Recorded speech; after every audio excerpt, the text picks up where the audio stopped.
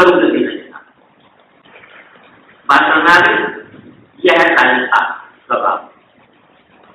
بلکہ چند باتیں تھی جو کراچی کے متعلق زیادہ نہیں ہیں، باقی تفصیلات اگر پڑھو گے تو کراچی کے متعلق آتی ہے. اب ایک بات آپ آخر میں وہ شروع ہے بخاری کے متعلق، اور بخاری شریف کو اللہ تعالیٰ نے جو مقام بخشا اس امت مسلمہ کے اندر، تو اس کی خدمت بھی بہت سیکھنے بہت ساری، لیکن ان شہروں میں 4 شہریں زیادہ مشہور ہیں جن کو شروع ہے اربعہ.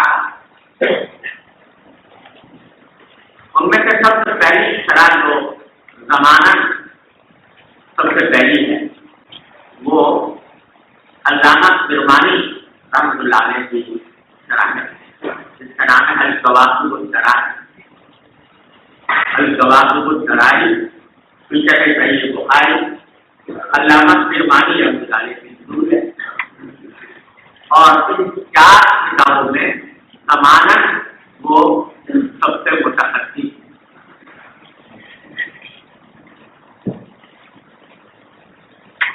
عام طور سے محدثین جو کہتے ہیں علامہ کرمانی رحمۃ اللہ علیہ، انہوں نے شرح کی ہے بخاری میں اور اچھی شرح کی ہے، لیکن ان کا جو اصل میدان ہے وہ الفاظ کی تصنیف اور اس کی ادبی حیثیت، اس کی بلاغت کی حیثیت، اس کی نحوی شرعی حیثیت، اس کے لغات وغیرہ، اس میں تو ان کا کلام بہت مضبوط ہے. لیکن بہت سے محدثین کا کہنا یہ ہے کہ علم حدیث میں قراءت حدیث ان کا درجہ کمزور ہے، لہذا قراءت حدیث میں جب وہ بات کرتے ہیں تو بعض اوقات اس میں غلطیاں ہوتی ہیں. یہ تبصرہ کیا ہے عام طور سے محدثین علامہ کرمانی رحمۃ اللہ علیہ. دوسری شرح جو اللہ تعالیٰ نے جس کو بہت ہی مقبولیت عطا فرمائی وہ فتح الباری ہے، حافظ جو کہ حجر اسقلانی رحمۃ اللہ علیہ. اور واقعہ یہ ہے کہ اللہ تعالیٰ نے اس شرح کو بہت ہی غیر معمولی مقام عطا فرمایا. اور اگر میں یہ کہوں تو بیجا نہیں ہوگا کہ نہ صرف بخاری بلکہ شاید دنیا کی کسی اور کتاب کی بھی ایسی شرح کوئی اور نہیں. جیسے آپ لوگ کہہ سکتے ہیں فتح الباری صحیح بخاری. اللہ تعالیٰ نے سوال ہوتا ہے تو ان کو پہلے ہی کیا نا صحیح بخاری کی خدمت میں. اگر علامہ احمد شاہ صاحب نے جو فرمایا کہ اس کو حافظ الدنیا اور یہ فرمایا کرتے تھے کہ ان کے سامنے درجہ حدیث اس طرح ہوتا ہے جیسے انسان کے سامنے اس کے ہاتھ کی رہتی. یہ جب حج کے لیے گئے تھے تو زمزم پیچھے وقت مقبول ہے کہ جو دعا کی جائے اللہ تعالیٰ قبول فرماتے ہیں.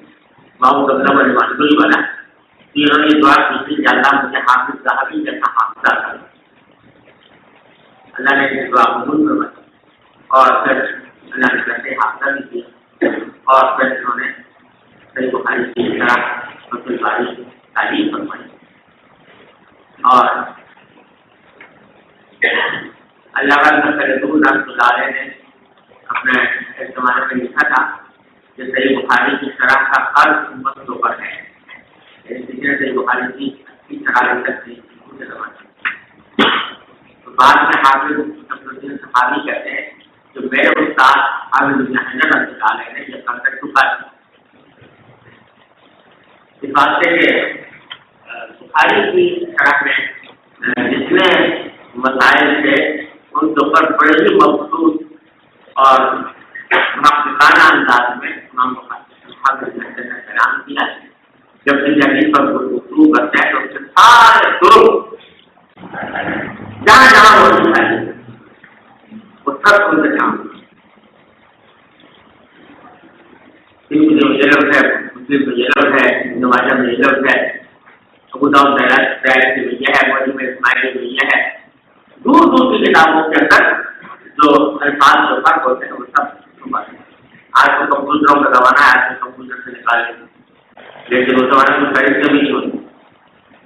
اور حافظ ابن حجر نے وہ نکال کر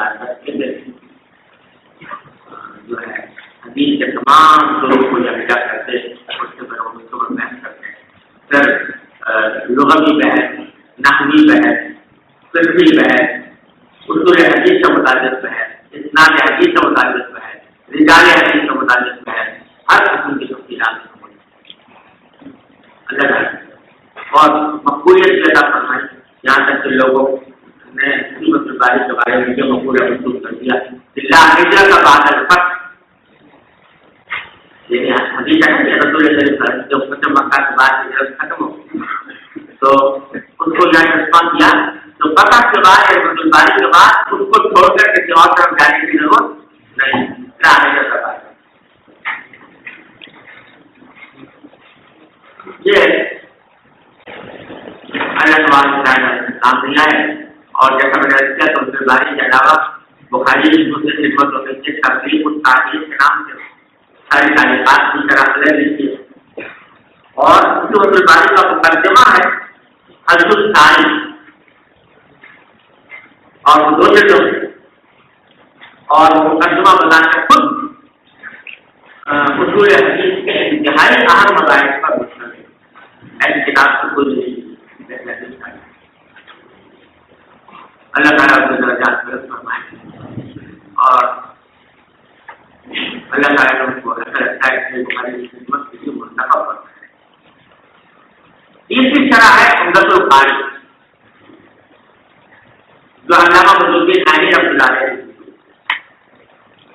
علامہ بدر الدین عینی رحمۃ اللہ علیہ یہ بھی حافظ ابن حجر کے ہم آخر ہیں, لیکن عمر میں ان سے 12 سال بڑے تھے اور تھوڑا سا کچھ حافظ ابن حجر نے کچھ پڑھا بھی ہے علامہ عینی سے. اگر سے باقاعدہ شاگرد تھے لیکن کچھ تھوڑا سا پڑھا تھا. تو ان کی کتاب ہے عمدۃ القاری جو بھی صحیح بخاری کی بہت عظیم طرح ہے اور ان کا مقام بھی بہت بڑا ہے.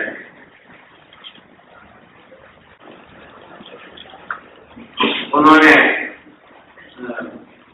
صحیح بخاری کی احادیث کی طرح بہت شک و بس کے ساتھ لکھی اور بہت سے وہ مباحث جو فتح الباری میں نہیں وہ عمدۃ القاری میں موجود ہے. اور اتحاد میں بھی عمدۃ القاری بڑی نافع ہے ہم جیسے لوگوں کے لیے.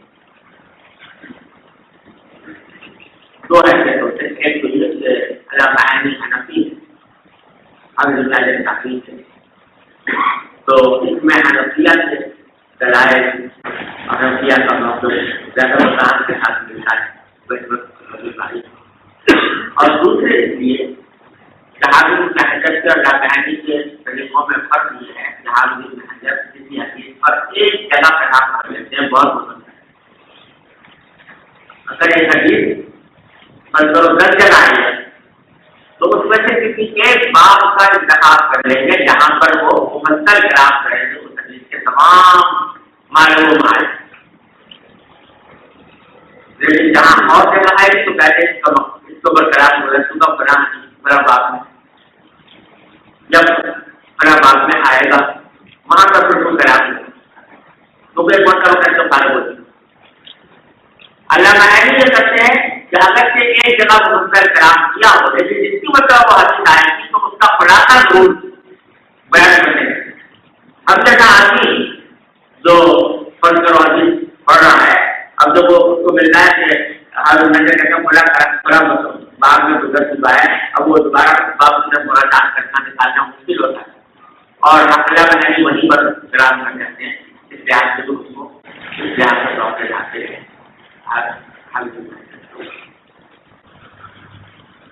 اور ایک بات یہ ہے کہ علامہ عینی رحمۃ اللہ علیہ کیونکہ حنفی ہیں حافظ ابن حجر تحقیق ہے اور یہ دونوں بزرگ آخرت مثل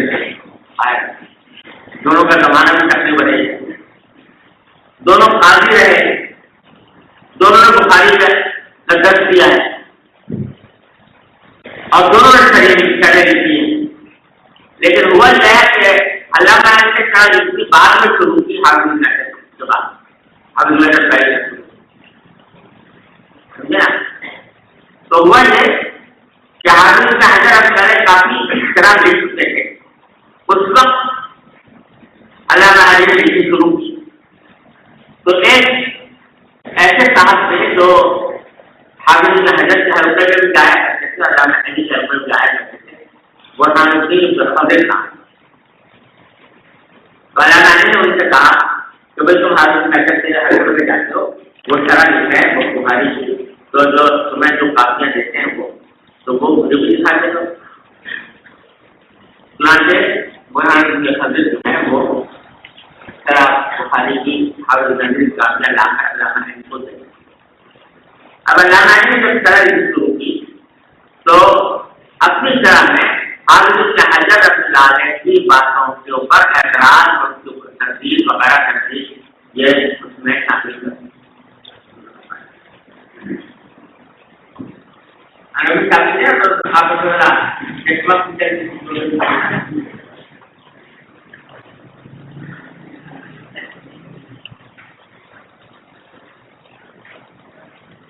تو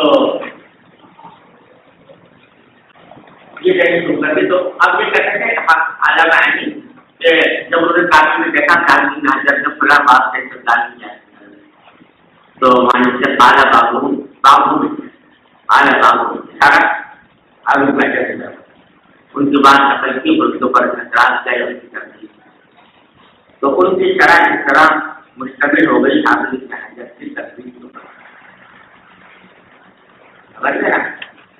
جب وہ کتاب آئی علامہ علی کی اور حافظ بن حجر نے دیکھا کہ یہ بہت سی جگہوں پر انہوں نے اعتراض کیا ہے تو انہوں نے اس کا جواب لکھا انتقام علی الاعتراض،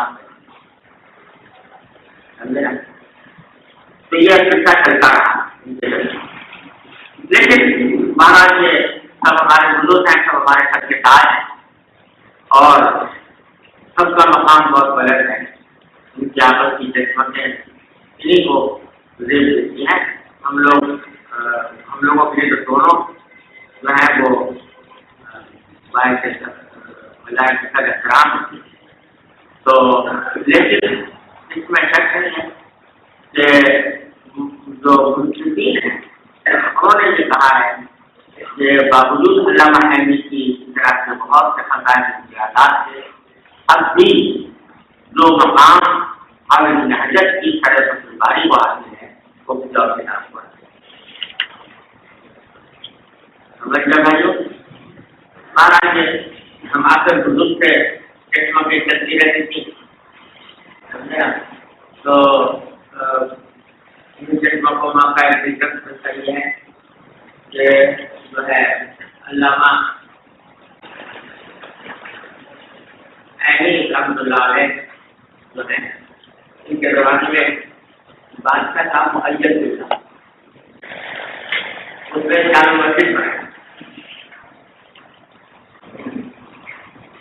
جامع مسجد بنائی تھی اور اس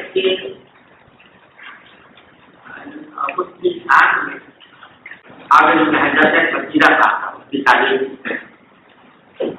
اور بعض حافظ بن حجر اس میں تصویر دیا کرتے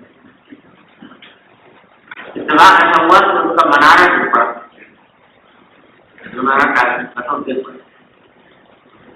تو حافظ بن حجر نے دو شعر اور لکھ کر ملک معین اللہ کو لکھا مولانا ملک معین رونق وہاں سبوں کو الفقر والنیل، میرے ہمارے جو امیر ہیں معین اللہ ان کی مسجد میں بڑی رونق ہے اور دوسری مسجدوں پر وہ فائد ہے اپنے ظاہری شان خبر کے اعتبار سے۔ تو جب اس کا منارہ گیا دوسرے شعر میں یہ ہے تو میں نے یہ کہا لئی سامنا کہ اس منارے کے اوپر کوئی بھی یہ زیادہ نقصان دہ نہیں ہے، بلکہ مراد نگر بند لگ گئی اس کو، تو اس کی وجہ سے یہ گر گیا. تو لیکن وہ شعر مجھے پڑھا جائے گا تو کس پڑھے العینی، اس میں تعریف ہے علامہ عینی. تو معیت نے وہ شعر لکھ کر بھیج دیا علامہ عینی کو.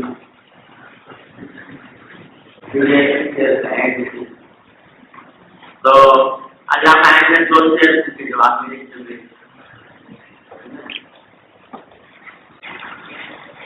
تو اس میں یہ کہا اس شعر میں کہ قالوا مصیبت عین، قالوا مصیبت عین قلت ذا غلط. لوگ کہہ رہے ہیں کہ ان کو نظر لگ رہی ہے. میں کہتا ہوں کہ یہ بات غلط ہے، نظر نہیں لگی. فإنما حیبته بخیبۃ الحجر، انما حیبته بخیبۃ الحجر، یہ جو کیا ہے حجر کی نقصان کی وجہ سے گرا تو پتھر ہی خراب. تو اس طرح کی مسئلہ چوٹے چلتی تھی نقیب قسم کی. لیکن بہرحال دونوں ہمارے بزرگ ہیں، سب کے ساتھ ہیں، تبدیل نہیں کی جاتی. چوتھی شرط ہے وہ اختلاف کی احساس تعلیم. علامہ خرانی رحمۃ اللہ علیہ کی تعلیم ہے اور یہ اور دوسری شروع کے مقابلے میں مختصر ہے لیکن جامع. اب شکر علیہ آپ کے دور میں فرماتے تھے کہ میں صحیح بخاری کے درسوں میں صرف اسی کو دیکھتا ہوں کیونکہ ان کو خلاصہ موجود ہے. یہ 4 شروع کہلاتی ہیں شروع اربع. اس کے علاوہ بخاری کی شرح وہ بھی سب کری ہے. علامہ المریر کی شرح ہے وہ بھی سب کری ہے. علامہ المرسل کی شرح ہے وہ ابھی تک نہیں سکتی. تو یہ مختلف شروع بھی بخاری کی متداخل ہیں اور ان کے حوالے پر ذکر کرتے ہیں. ہمارے بزرگوں میں سے حضرت علامہ انور صاحب کٹوی رحمۃ اللہ علیہ کی فیض الباری جو ہے وہ تقریر ہے ان کی، اور اس پر مولانا جالم صاحب نے قلم بند کیا ہے اور وہ بڑے عظیم صفات پر مشتمل ہے. اور اسی طرح حضرت گنگوئی رحمۃ اللہ علیہ کی تفسیر بخاری حضرت مولانا یحییٰ صاحب رحمۃ اللہ علیہ نے قلم بند فرمائی ہے اور اس پر بڑا مفصل حواشی لکھے ہیں حضرت وزیر صاحب رحمۃ اللہ علیہ نے. اور یہ مجموعہ علامہ کرانی کے نام سے چھپا ہوا ہے. یہ بہت اہم اور مفید شرح ہے. یہ چند شروع ہیں جو متقابل ہیں اور ان سے کرنا کر کے کوئی بھی نہ پڑھ سکتا ہے نہ پڑھا سکتا ہے. اللہ تبارک و تعالیٰ ہم سب کو بس اللہ کرتے